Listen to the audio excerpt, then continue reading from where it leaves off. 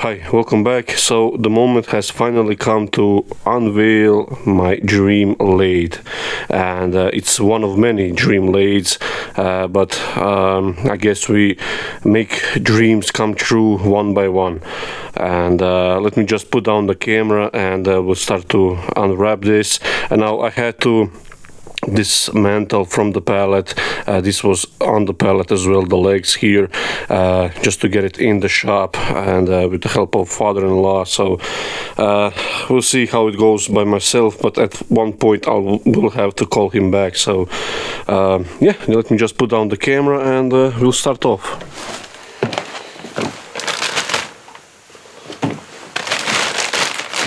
So let's start from somewhere. Let's start from headstock end and try to get the wrap in one unit as best I can.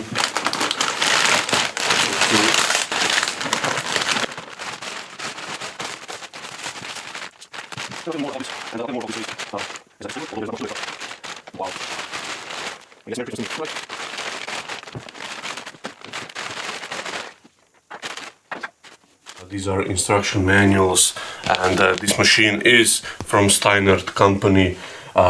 Two brothers own this company. It's a family-owned company from, I believe, from their grandfather. What we have here.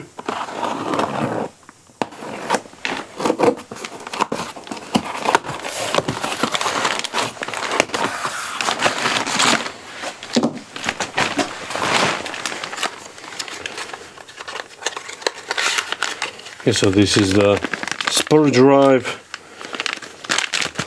and we have, I guess, in this box, revolving center or cone. Everything is nice and heavy. We have a knockout bar, which is actually quite big, but we might turn a wooden handle here. We'll see. And double Morse taper to help you align the headstock. However, this has, once you set it up, you can put the stop on it, and that way you don't have to measure every time. So, and here is the spindle lock as well, handle. Now this machine weighs I believe a little over 180 kilos, so in total here the pallet weighed around 200 kilos, so I'll put on the screen that's 400 and something pounds, so quite a bit of weight.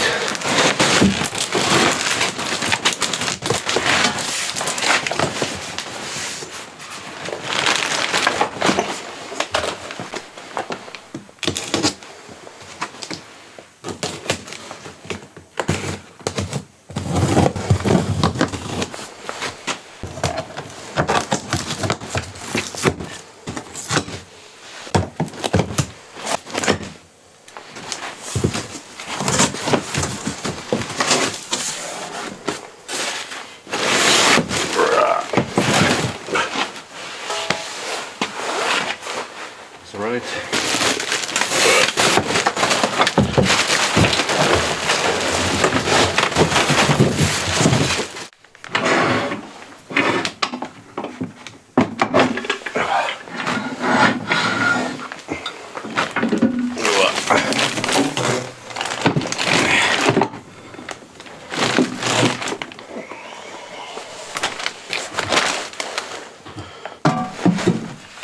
Align the legs, the bolts. So I'll do it first by hand, and then I'll tighten everything once I have all 4 bolts in their holes.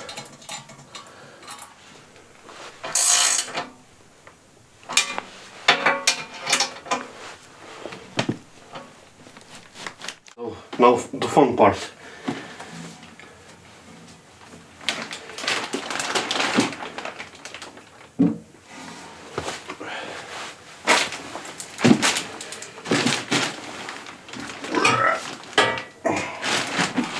Good.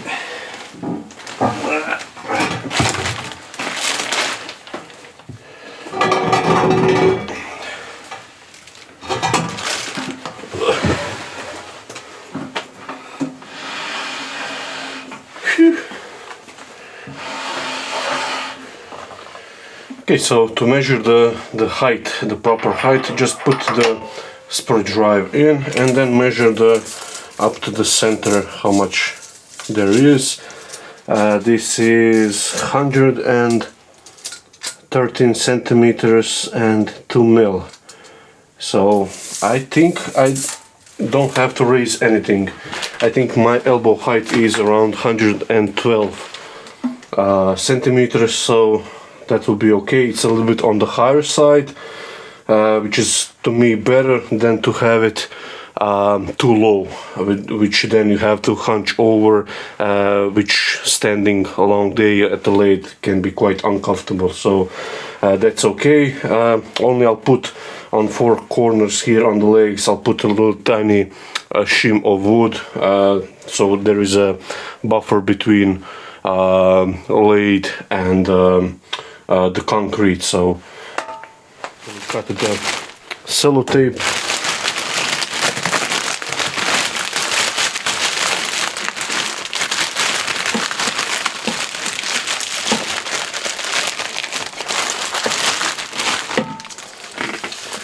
And I did get a little extra tool rest, so smaller one, you can see, and it's a 30 mil diameter post, so really nice and chunky and should help out with any vibration. So nice simple controls. Start, a big mushroom to stop the lathe, the potential meter here to select the range of speed, and forward and reverse switch. So all really nice, and we'll test that out. I bolted down the inverter box here. You just loosen 2 bolts from the legs here, and you can put it back in, and have 220 outlets, so that's really good and useful for drills or anything like that, lamp or something like that. So box can go for now here somewhere. So now I have to figure out the position here behind me where my old lathe was, and figure out the shelf behind, and we'll start from there. So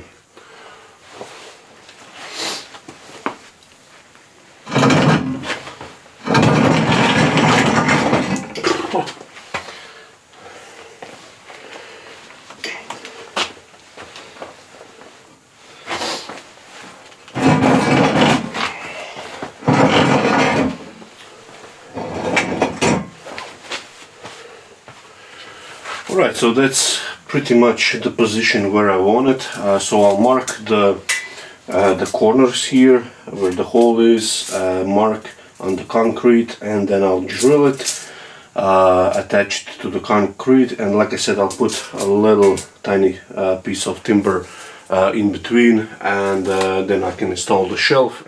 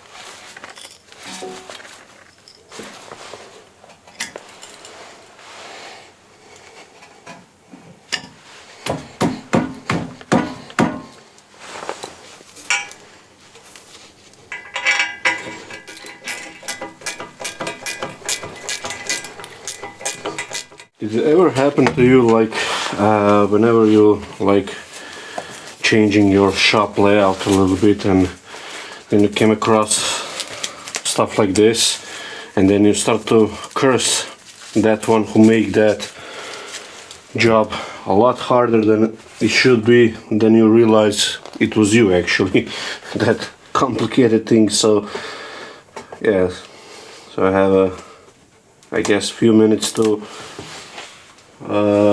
unpack the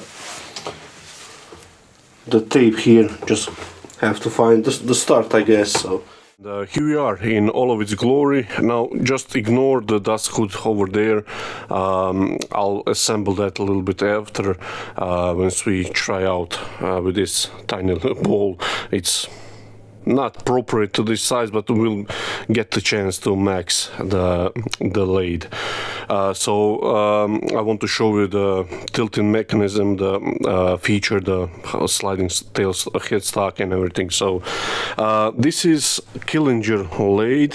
You can see here how it's spelled, KM 1450 SE model. They have smaller model, I believe it's a 1400, and they have higher models as well. All of them are really top-notch, high-quality lathes, and this one is no exception. So Killinger, like a company, I believe they shut down a few years ago, but the Steinert company, two brothers, bought the production line, let's say. Again, the Steinert store, which you'll have the link down below to their website, you can check them out. Really high-end stuff. Just to be clear, I did get a discount for the lathe, so it's not free, and I choose this lathe because it is a really high-end lathe for the money you pay. Now it is maybe a little bit on the expensive side, however you get some of the stuff that is just, you know, on much bigger lathes, something like Wickmark or Robust or One Way. So let me talk you some of the features. So this is 2 horsepower. You can see here 2 horsepower motor, 3-phase motor here. The inverter is down here with 2 outlets. These are 220 outlets, so this is really nice creature comfort. Again, magnetic control panel, and a big mushroom here, RPM dial here as well. This is off switch, and with this, when you flip it, it gets the power on, and the inverter gets the power. So that's the, let's say, the ultimate stop. Over the bed is 400 mil, and if you use the outrigger, then you is, I believe, 660 mil diameter maximum. This has 3 bearings which are sealed for life, so no maintenance regards bearings. Now let me show you here inside. You'll see another feature that I really like, which is kind of, I didn't have it before, so full size belt here, and everything here is nicely compact and really high end, and like again, really wide belt, more torque, more grip, less slippage, of course, and some of the range of speeds here. It's so 0 from 850, that's the highest torque setting. Now it's on the middle one, so from 0 to 1650, and the high end or low torque but high speed is 0 to 3025. Here it's a little diagram of how much the biggest diameter you should turn on these kind of speeds. So here is the handle for the tilting of the motor, so you will loosen it here and use the lever to push it away to tighten the belt, or towards you to loosen the belt. So the clamping here, I mean, this kind of silicone rubber handle is really nice in hand, and like quite comfortable, and the locking lever here, you know it's locked. It has a solid feel, and that's what I really like.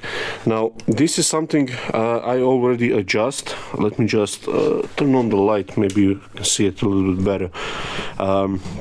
So this is the positive stop when you return it to center of the lathe. You push it, so this goes up. Let me just loosen the back side. And now you can flip this up or lock it down. So when you flip it up, now you can rotate it, the headstock. Try to do it with one hand. Here we go. So now you can rotate it, but if you want to return it to 90 degrees, or let's say 0, maybe better, so push it here, it clicks with this one. However, if you want to get it so the kiss test is perfect, you push this down, you pull it towards yourself here, and lock the lever here. And you'll see now, just move the box out of the way, and we'll get to the banjo. And if I try to do this all with one hand. So if I bring the tailstock, lock it in, and we'll now see the kiss test. You can see that's perfect. So that's more than perfect, so that's all great. So that's a really nice feature. To be honest, I never use a rotating feature. However, if I'm going to use those hollowing tools from Woodcut, then it might be more ergonomic if you tilt it slightly, so you're out of the bed ways here, so it's a little bit more comfortable. So now you can turn off the light. So banjo, again, really nice, smooth. And when you lock it, you really actually don't need a lot, so maybe a little pressure with the finger, and that's really solid. And oops, and this locking levers and everything, it's bulky and it feels good in my hands, so really rock solid when you lock it. Now I did sand away a little bit of this paint. That paint kind of annoys me when you get it on a freshly bought tool rest. So, and you get 30 mil post, so you know it's really rock solid and stable. The tailstock here, you can see it's a really nice beefy one. Again, it has a self-ejecting quill, let's say, so like most lathes do now. And again, nice beefy handles here, everything is nice and smooth, really nice. You can see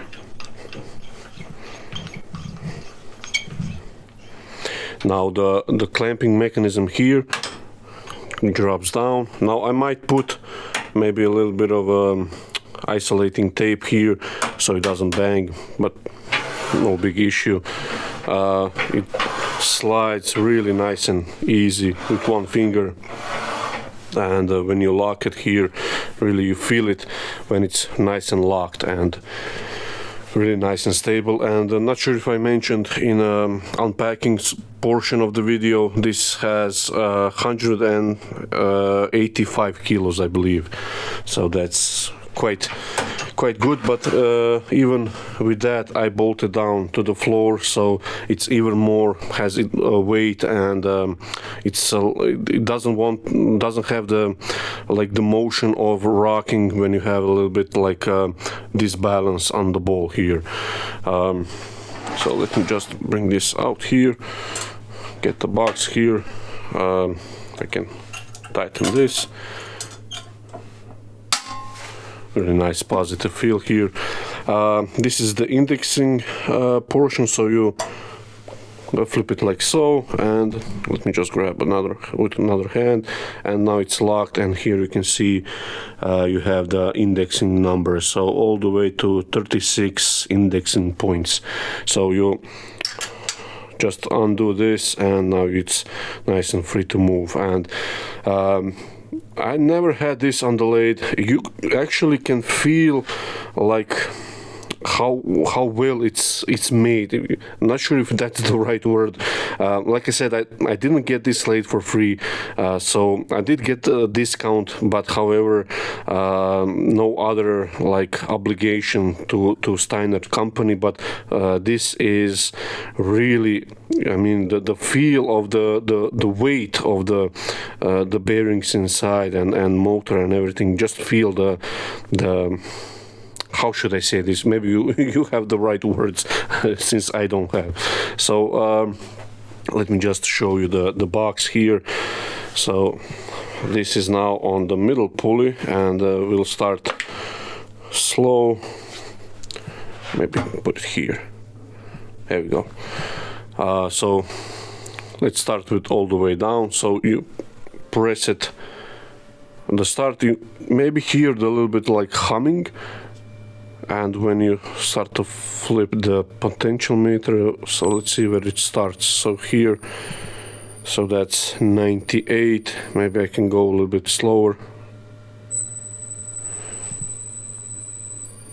94, 3, 4, and you'll see now it's really quiet. So that's 1666, and you actually don't feel like it's running. Everything is nice and smooth. The motor, you pretty much hear only the fan here, so that's really nice. And the stopping time, which is quite important. So that's pretty decent. It doesn't have the fast or slow stop, standard stop like on this one here. However, it's maybe just a little bit longer than fast stop on this one. So that's all good. And here is the reverse. So just flip it, and now it goes in reverse as well. So really nice and quiet. Just show you one more like broad view so you can see it. Nice sexy legs, and really nice and compact lathe. And for the first time for you and me, we're going to turn this, let's see the diameter, 6 inches by, so that's 2 and a little bit over 2 inches, so a little quick bowl. Now I forgot to mention that I will buy the bed extension here, but first I need to recover financially from this first, then I'm going to start thinking about the bed extension. So let me just set up the dust hood and set up the camera, and we'll just briefly turn the bowl just to try the lathe. Once again, thank you Roland and Martin Steinert for providing a discount for this lathe and giving the future opportunity for a sponsorship as well. Let me just hop the blank on, and we need a hole in the center, and start on the lathe. So I'll just quickly make the outside profile. So let's see. Let's go to maximum speed, so 1600 RPM, which is okay for this size of bowl, and everything is nice and steady.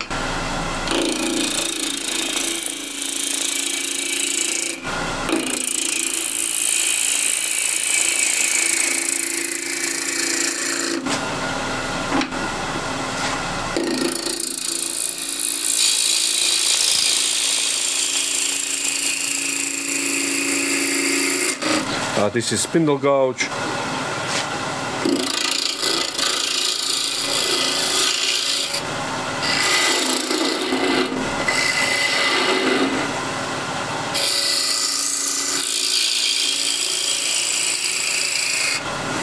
Okay, so that's rough shape, and let's grab a scraper.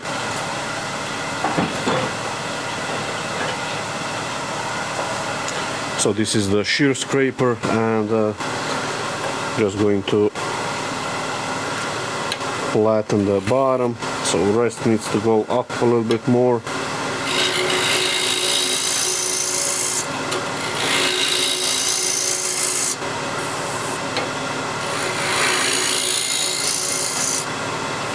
something here. Just see if I have enough. I actually made a little bit smaller foot than for my bigger chuck. So what I'll do is probably make another step here.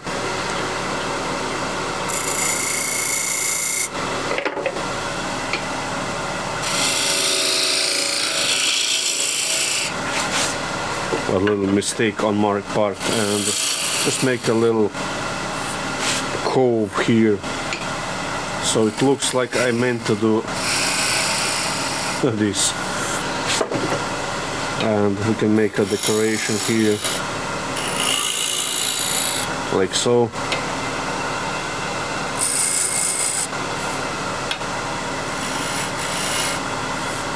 There we go. Now I can smooth out the side here, again using the shear scraper.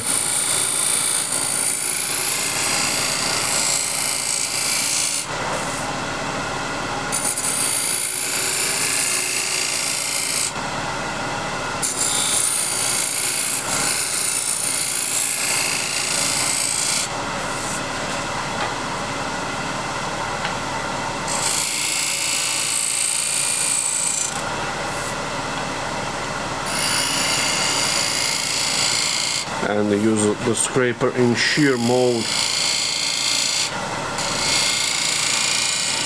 to get the best surface.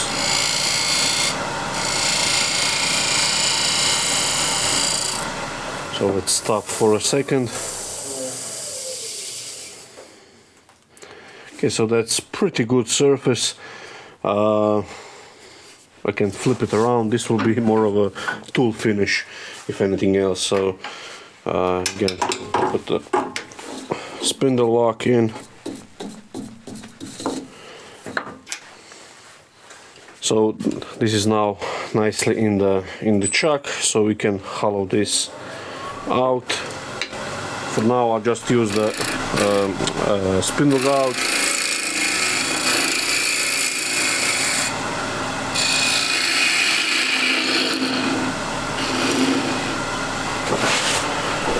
Drill the hole.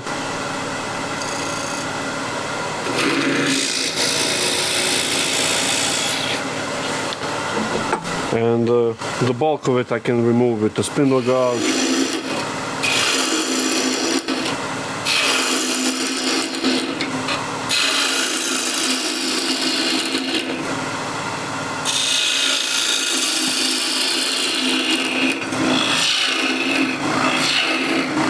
So that's the bottom of the hole here, and now you can project the curve to the bottom.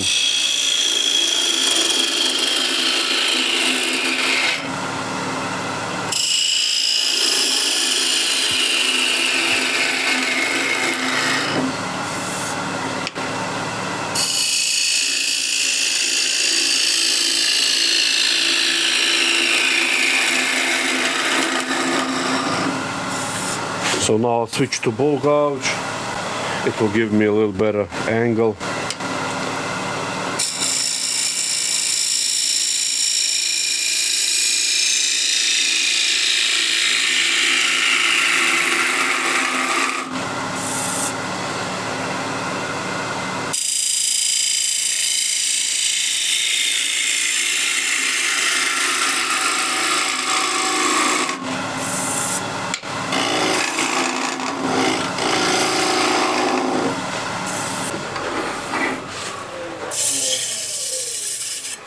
So that's the inside hollowed, a little bit thick here.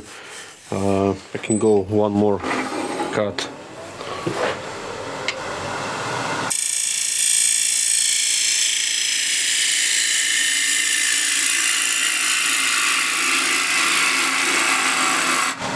And here I can use shear scraper just to clean this bottom.